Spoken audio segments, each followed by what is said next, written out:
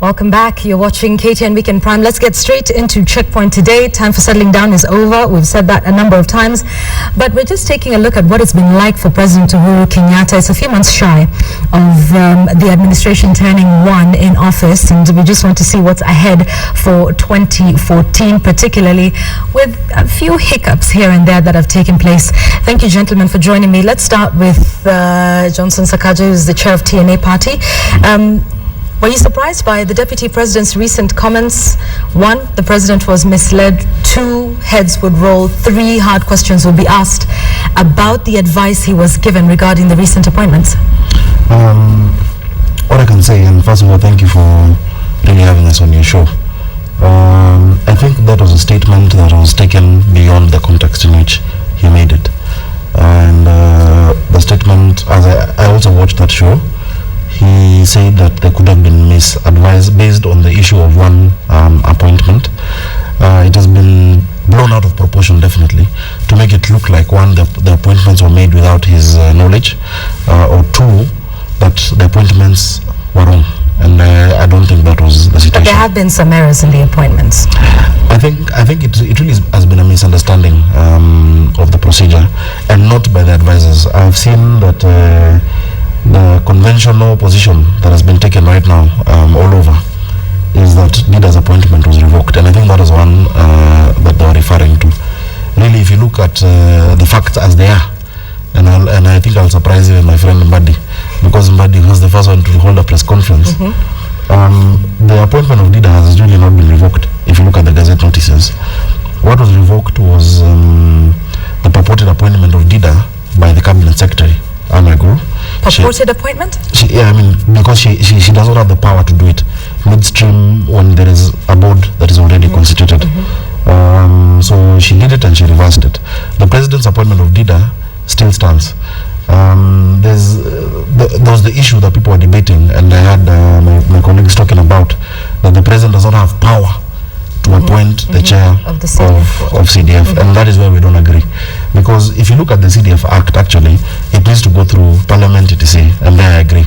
But if you look at the State Corporations Act, which really is the mother act of all state corporations, and CDF board is a state corporation because it's a body corporate. If you look at Section 5.3 of that same act and the CDF Act, which gets funds, the President in Section 7.3 of the State Corporations Act, and it says, notwithstanding any other law, can actually appoint the chair of any state corporation to complete the term or to change the term midstream when a board is already sitting. That is why Dida's appointment was for a few months, because the President is the chief executive of this corporation we call Kenya. The state corporations are actually institutions through which his manifesto or his policy objectives are implemented. So he actually has those powers. And when it comes to a new appointment, he does not have the power. A new appointment where a member of a board is supposed to become chair, or there's a new board being constituted, goes through the provisions of the CDF Act. But if it's midstream, that is why he was able to change many appointments for a few months until they finish the term of the previous chairs. So that appointment stands, and that's the misunderstanding that has been made. Technical, and we'll get to some of the issues. But Mbadi, you've been nodding your head all this time Sakaja has been speaking. First of all, let me say I was definitely surprised by what the Deputy President said. Either he was not ready for that question, or if he was, then I think there is a problem in the Jubilee administration, because what we have presently is presidency, the President and the Deputy, and they should be knowing everything that each one of them or the other does. But let me go straight to what my colleague, my friend, Honorable Sakaja has just said, and I'm surprised that Honorable Sakaja is continuing to mislead the President even on this show. Why? Because I think first, it should be understood that CDF board is not a parastatal. It's not a state corporation. CDF was set through a fund. It's a fund. It's a national fund set through an act of Parliament. I would urge my colleague here to go and read Section 6 F of the Public Finance Management Act, which says that in the event that there is a contradiction between the PFM Act and any other law with regards to setting and managing national public funds, then the PFM Act overrides. Okay. And then if you go to section 24, 4, subsection 4 of the same act, it says that the national government fund should be set through an act of parliament. Yes. And therefore, the management and setting up of that fund should be governed through an act of parliament, a separate and distinct act of parliament. And that is where the CDF Act falls. So CDF Act overrides state corporations, if at all, in terms of management and administration of that fund. Okay. All right, I'd like to just move it forward just a little bit, because it's getting very technical about which law we are going to quote, and I'd like to bring in Professor for just a moment. Does the fact that all of this confusion in stating which law we're going to use and which one applies here, does that say something about the advice the president was given? Was that not sound? Many are questioning the role of the Attorney General. And what are your thoughts in general about the recent happenings? Trouble in Jubilee? Well, first of all, thank you very much. It's a good new year to meet new people. But I think it's worth noting that I would be surprised if Mr. Sakaja would find any fault in these appointments, because well, of course, he's the chair of the National Alliance Party. Yes, and he speaks from a position of comfort, and for us, we speak from the streets. So we understand. He doesn't understand what we go through when we see certain things happen. So from the streets, the discomfort without umbrellas, without shoes, this is what we look at, and we have enough time to see what he can't see. The point is that there must be a little disconnect in Jubilee. Probably there are certain points of law which have not been taken into consideration, and this is not the only case. There have been a series of violations, and some retractions. But it also, when you get the deputy president's statement, you get the impression that personally he was not involved in these appointments. Professor, do you think he should have gone on national television and said that? Do you think that was right? Do you think that was a mistake? No. People are reading into that? Let me tell you something. The deputy president's statement is not out of context, and it is deliberate, and he knew he was making it. Because if you look at some of the people that have been raising concern about the Jubilee government from the deputy president's corner, such as Alfred Keter, these people have been speaking the voice of the deputy president. Because if you get Alfred Keter, Charles Keter, even if the deputy president says he doesn't like what they are saying, but nothing has been done to show that he doesn't like. So what do we read? We have to add 2 and 2, and finally he has himself come out and said he thinks somebody is misadvising. That shows that probably he had a chance to even tell whoever was appointing that, look, I don't like it because you have been misadvised, and the fellow didn't listen, and that is what forced the deputy president to go public. It is this the interpretation. I think we need a different version to persuade us that this was not the case. I think first of all, Professor said that he is seeing things from the street. I don't know which street we're talking about. From Madare. But from Kenyatta University. I don't know if it's a street. It actually has very beautiful flowers. But my point is this, and just to quell all this speculation, there is no such problem. I think Kenyans are used to a situation where in a coalition government you expect it to have issues, you want to see it breaking up. There are people who never believed that we would actually win, come together and stay together. And I want to tell them and to assure Kenyans that really those who are waiting for that will wait for a very long time. What about some of the statements we're hearing from the URP party about some people unhappy with the way this is being shared out? I think what you're seeing really is the fact that one, in Jubilee we have the space for people to speak, to dissent, to raise issues. But those issues must also be looked at individually and on their own merit. I'm very happy that the committee, in the PIC and the Transport Committee, for example, has summoned Alfred Keter to bring to the table the issues he's saying could exist in the railway scandal. And what we are saying as Jubilee, really, we do not want to tolerate any level of corruption. So if indeed there is something, if indeed there is an issue, let it be brought, let the facts be brought out, and let us deal with the people who might be perpetrating a crime. We don't think there's an issue, but it needs to be brought out. But what we are saying is that instead of going to marketplaces and to villages and to funerals, trying to talk about issues within the coalition, what does that suit? So I want to assure Kenyans, the coalition is strong, it is united. The president and his deputy consult a lot, they work together, and that is how we will move on. So is it your statement today that both the deputy president and the president sat down together and made these appointments or made the together? They made the appointments together.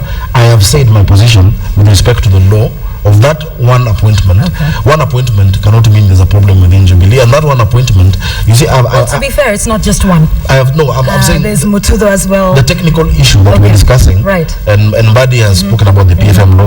I've spoken about Section 7.3 of the State Corporations Act. What we would have loved to see, really, even at this point, when there's this debate, will probably be the Attorney General explaining from his point of view. Well, we have heard from the Attorney General, but but you see, this is the Deputy President, Yvonne, talking to us and telling us that the President was misadvised. The Attorney General is coming out not to tell us that the President did not make a mistake, but he's saying that his office, his advice was not sought. Right.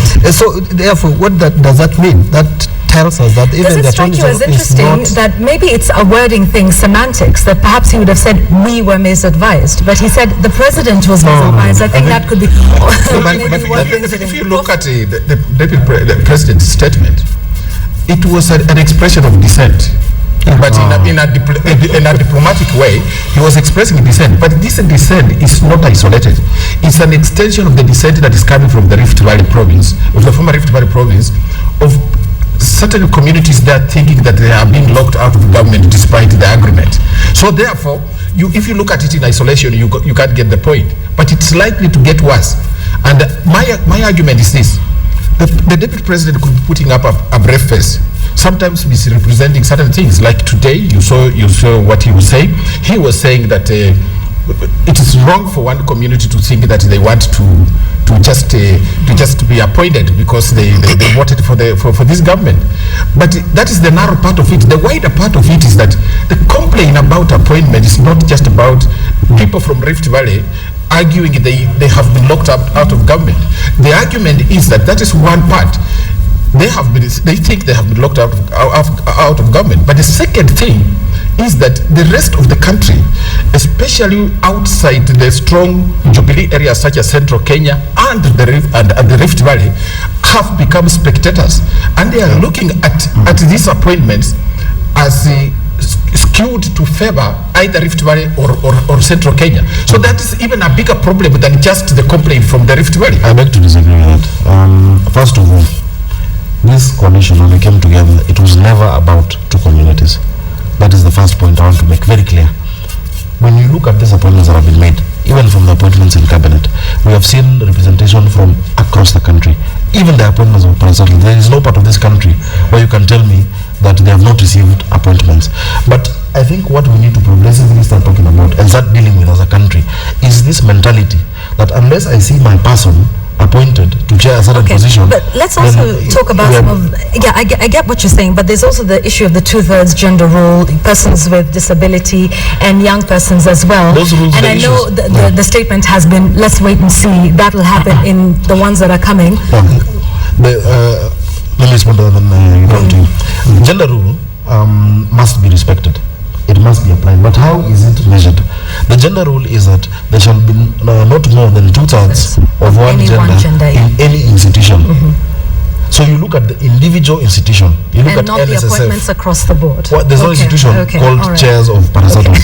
But if you look at within the respective institutions, we need to see a balance of gender. And I also want to tell Kenyans, these are only 36 appointments out of 100 and something that should be coming up.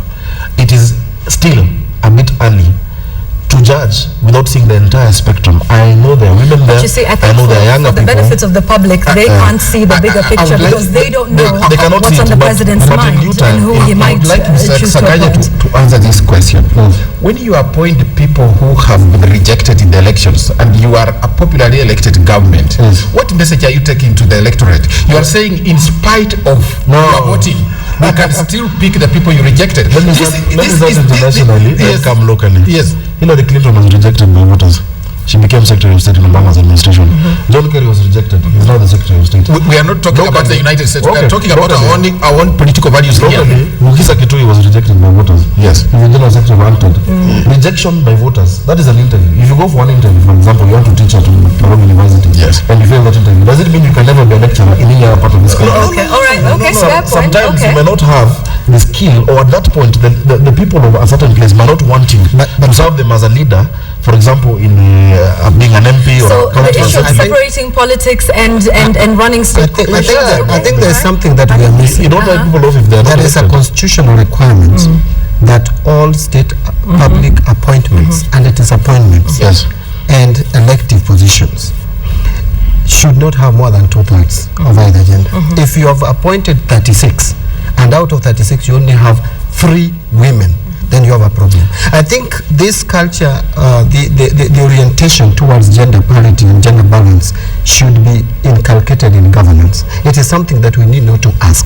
It is something that should be automatic. But I think Honorable Sakaja here, Yvonne, should accept one fact that there are troubles in Jubilee coalition. It's not about Keter, it's not about the other Keter, it's even about now Zakayo Cheriot. Amze, we know, is usually very calculative. And I want to add that what we see and what we hear in Rift Valley is a bigger disquiet in Jubilee. But finally, if you see a whole president and deputy president holding a public rally just to answer our first term member of parliament and even implying that that person has been bribed, and they are not asking the investigative authorities to investigate that MP and arrest, then you know there is a problem with that government. Let me say this, and Yvonne, please, next time, because Mbadi and I, even in parliament, we love details.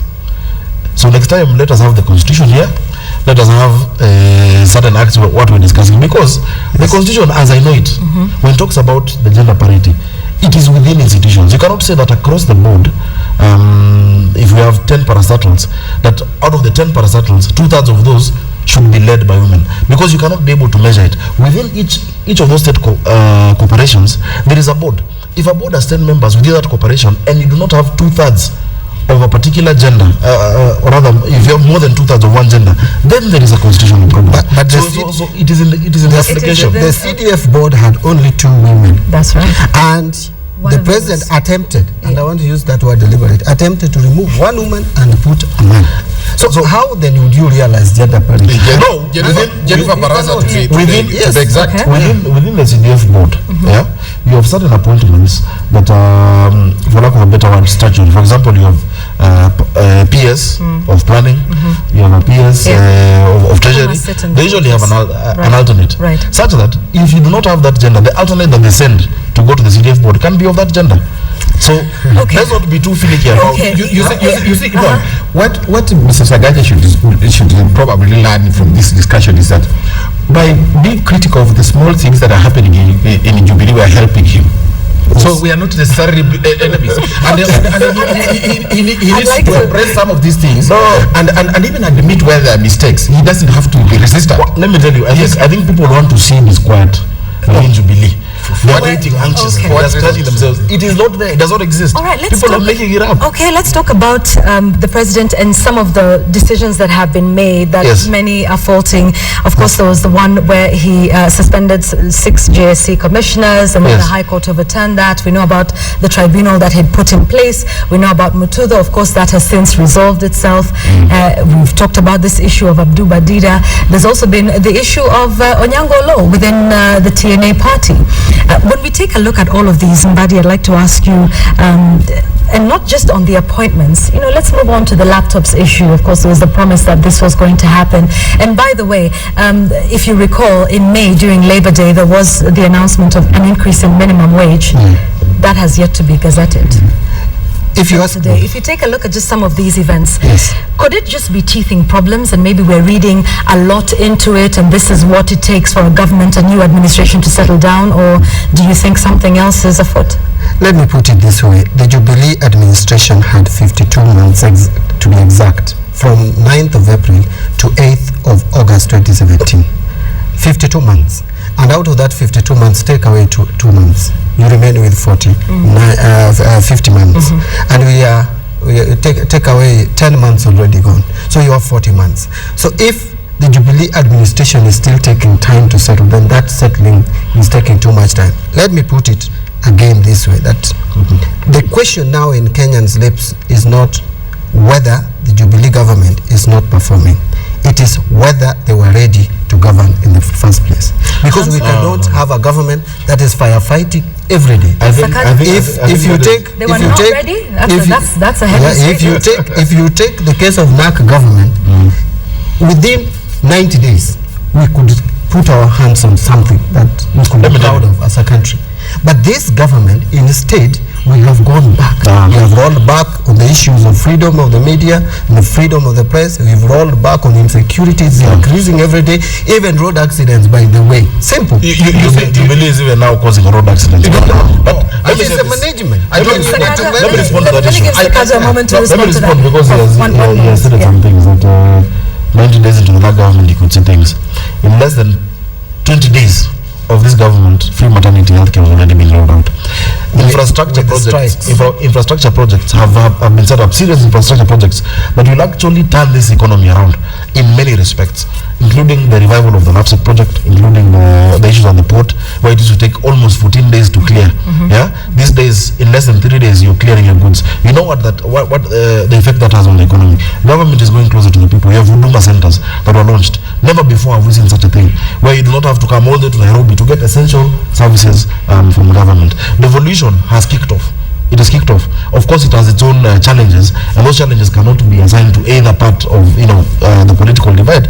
But a lot of effort has been put in by government, because in the first year of devolution, 32%, beyond the 15% that the constitution puts as a minimum, has been put in to go to the next level of government, which is the counties. There are many things which are actually going on, but it is human nature to see what is not working. Okay, all right. I'd like us to conclude our discussion. 2014, I think we have about 3 minutes to go. See, Prof, as you conclude. I'm just thinking aloud about what Mr. Sakanja is saying. When you look at me straight on the face, would you say our security is in order? Would you think corruption in the police force and other places has died? Would you think our education system is in order? I can respond to that. If you look at me straight, do you think that this government is working? The agriculture sector has been fixed. Yes. The standard of living the cost of living has come down. If you say no, and you say no, you know that this government needs to change and do better than it has done. Okay, Mbadi, I'll give you the last word, Sakaja. Yeah, for me, I think this is what I want to say, that when we were campaigning before the 2013 election, Accord stood on the platform of reforms and democracy. I remember Jubilee stood on the platform of change towards youth empowerment and on economic issues. Now, I would like to ask Sakaja to advise his government that there are 2 things that need to be done. First, employment creation is a must. Yes. And going forward to 2014, that's something we must see. And number 2, the cost of living must come down. I have deliberately left out security and other things because I do know that security is something that cannot be negotiated. But finally, the issue of devolution is not something to be proud of. Devolution is a constitutional requirement. It is there in the constitution.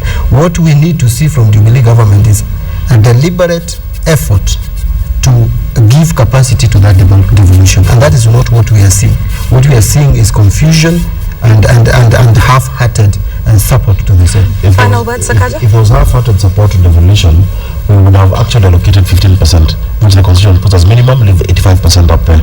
This government is committed to that. This government is committed to creating jobs, because that is the biggest issue amongst our people. And the best place to create jobs is in the agricultural agricultural sector. We saw the president this past week launching the move towards 1 million acres under irrigation with 10,000 acres. That is something to be proud of, because even through that, 2 million jobs will be created for our young people. In Parliament, we have legislative initiatives through Jubilee to address the issue of unemployment. I have a bill on unemployment, the National Youth Unemployment Bureau. I have a bill to ensure young people can actually access procurement opportunities through the 30%, through the ways of fund, to be able to fund their businesses. So there's a lot that's actually going on. And if we focus only on the issues that have been there, there's insecurity. And I think insecurity has gone up. It was not launched by Jubilee, but it's been there. But I think there needs to be concerted effort. But if you look at the real issues around insecurity, it's issues to do with the new constitutional framework. Because if you look at the counties, you don't know how the command structure within the police is. You don't know how, who is reporting to the county level. We should fix that. Is it the county level? That's what I was going to ask. Whose responsibility is that? You need a concerted effort, because some of the issues to fix that are legislative issues. They're matters of law. But and if we with the tyranny of numbers, I think that would be a little easier for you to pass through. Some of those bills are in Parliament. But if you point fingers, you will never be able to solve the issues. You don't need legislation to secure Nairobi. No, okay. Yeah. What I'm saying is the issues. I'm very clear. If we had the choice, he would even talk about this IMF thing, where we are now bringing in the World Bank, the IMF and the World Bank, and the borrowing is not transparent. What Kenya has not asked for any loan from IMF. We've asked for a precautionary provision. That is insurance. That is insurance. Yes. In the economic thing, that's insurance. Just in case we need. Gentlemen, okay. I need to wind it up there because we've run out of time. Yes, we will definitely have more time. I think we've had half an hour, so we'll definitely see about that. But thank you all for coming, and the discussion will continue as it does every single week. Checkpoint, that's been the discussion. Of course, thank you for your feedback, and it continues again next week. We're taking a short break. More news after this. Stay with us.